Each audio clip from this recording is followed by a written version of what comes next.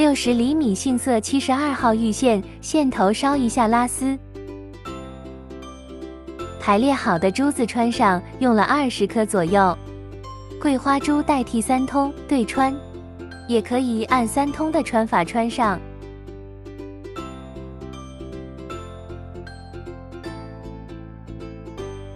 拉紧线，再穿1颗金珠，捏住打折结，下方线做个圈，上方线往后绕一圈穿回来，收紧。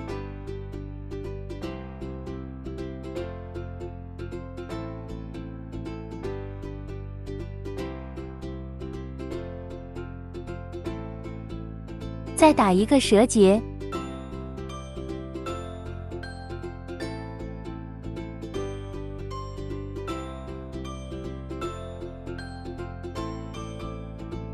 仓鼠和金珠穿上，同样方法打2个折结，再拿一小段20厘米的玉线边平结，左线从下穿到右，右线挑起线从上穿到左。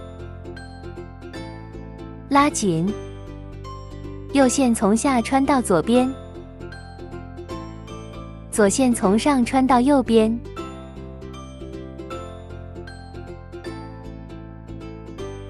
拉紧，重复再编一组。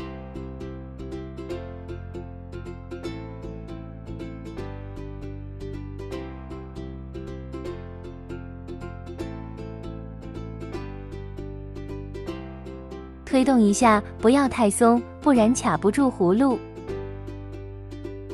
剪线，烤画粘合，两边都处理好，葫芦穿上来。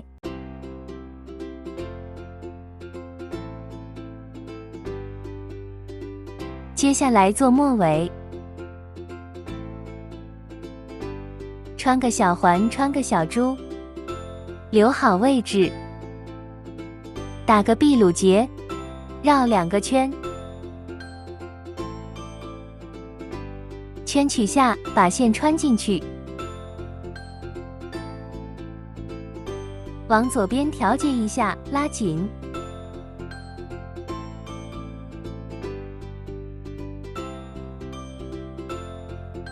另一边同样穿好珠子打结，剪线，烧烫粘合。